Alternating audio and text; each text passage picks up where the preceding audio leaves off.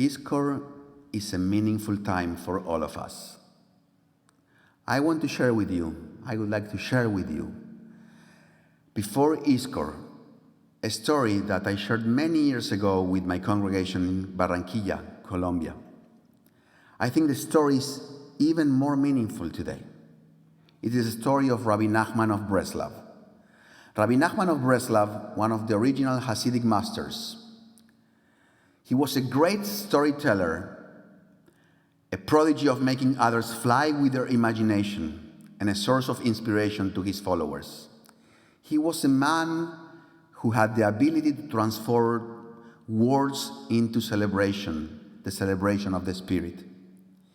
His tales are some of the most recognized, admired, and shared in the Hasidic literature. Rabbi Nachman was the tzaddik of Ukraine, and his words were filled with enthusiasm, confidence, and joy. He had an incredible charisma and a spiritual force that attracted and continues to attract many followers. According to most Hasidic traditions, when a master dies, the followers appoint a new leader. But that was not the case of Rabbi Nachman. His Hasidim, his disciples, his followers refused to have a new leader, and the chair that the Rebbe, their master, sat on became empty. And it has remained emptied that way since 1811. Still empty. Many years passed. Ukraine went through wars and revolutions and many other events. And his followers dispersed throughout the world. Many of the followers of Rabbi Nachman established their community in Jerusalem, but they felt strange and even empty with the fact that the chair of their master, the chair where he used to sit when he told his tales, was still in a small, almost empty synagogue in Ukraine. For that reason, they created an ingenious plan. Some of the Hasidim that were still in Uman, the city of Ukraine, dismounted the chair and sent it into pieces to Jerusalem, where it was eventually rebuilt. And today, when people visit the synagogue of the Breslov Hasidim in Mea Shearim, it is possible to see the chair of the master. The chair is empty, or seems to be empty. But in some sense, the followers feel Rabbi Nachman is still there, telling his stories and sharing his wisdom with them.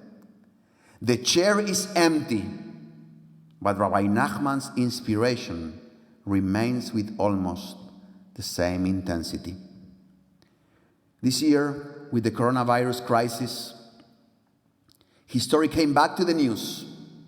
Every year for Rosh Hashanah, the Rebbe's many followers do a pilgrimage to Ukraine, to Uman, the city where his synagogue was and still is, and they go to honor his memory. This year is a little bit more complicated, but they still are going to try to travel. Even though the Rebbe is long gone, they still preserve his memory by going to Ukraine and remember the origins. The synagogue in Ukraine is empty. The chair in Jerusalem is empty, but the Spirit is still alive. Today, our sanctuary feels, in some ways, as these synagogues. The one in Uman, Ukraine, and the synagogue in Jerusalem. The chairs are empty, but the Spirit is still alive. This is the feeling of Yizkor.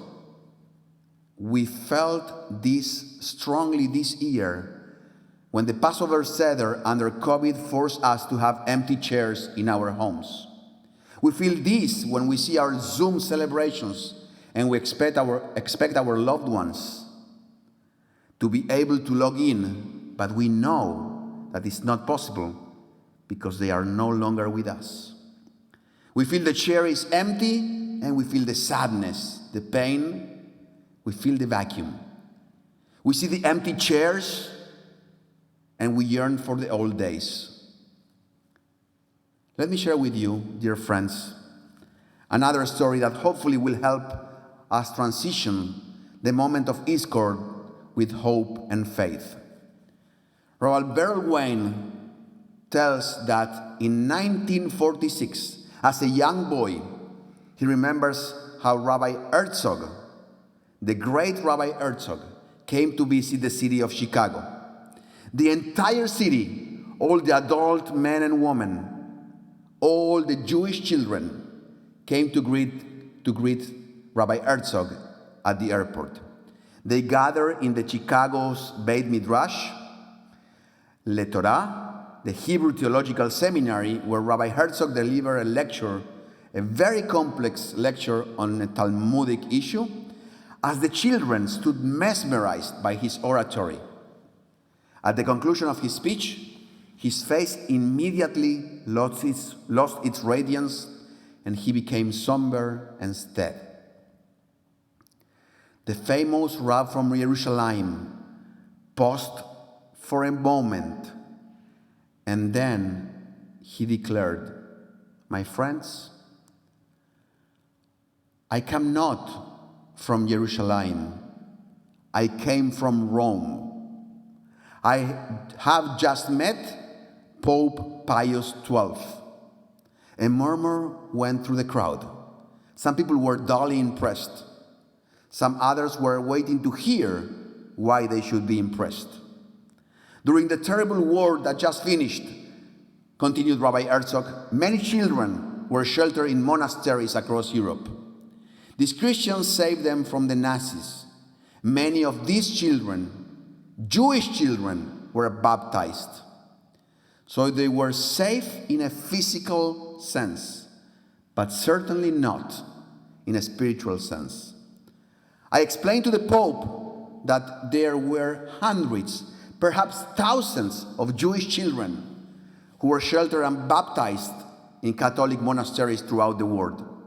Their desperate parents did everything that they had to do in order to save their lives. Today, many of those parents are no longer alive. But those who are, said Rabbi Herzog to the Pope, would like nothing more than to be reunited with their Jewish children. I pleaded with him that these are our children and the time has come for them to be identified and reunited and return to the remnants of their families, to be once again embraced by the Jewish people. I asked the Pope to release those children back to their heritage, to let them be raised as Jews. Suddenly, to the shock of the children and the awe of the adults, Rabbi Herzog began to cry. The Pope did not agree, said Rabbi Herzog.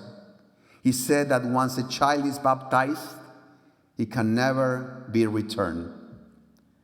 The great Rab trembled as he continued to cry and sob uncontrollably. He looked at the assembled children. "My dear children," he said, "we lost them. We lost them." All of a sudden, his demeanor changed. As a ray of hope sparkled from his eyes, "We lost them," he repeated, as he looked directly to the eyes of the young children, as he saw these children looking back at him. "We lost them, but we have you. We have you." Chairs are empty. The void is immense. The space cannot be filled, but we have you. We have you. We have you in your homes. We have you present here. We have you to honor their lives and keep their spirit alive. We have you to secure the continuity of the Jewish people. We have lost so many people this year. There are so many vacuums that cannot be filled, and so many chairs that will always be empty. Each of us are experiencing a tremendous loss this year. But I want to echo Rabbi Herzog's voice. We have you.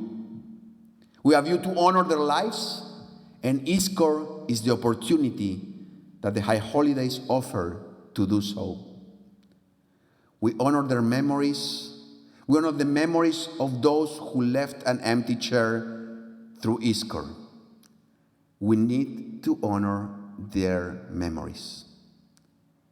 Yizkor starts on page 290.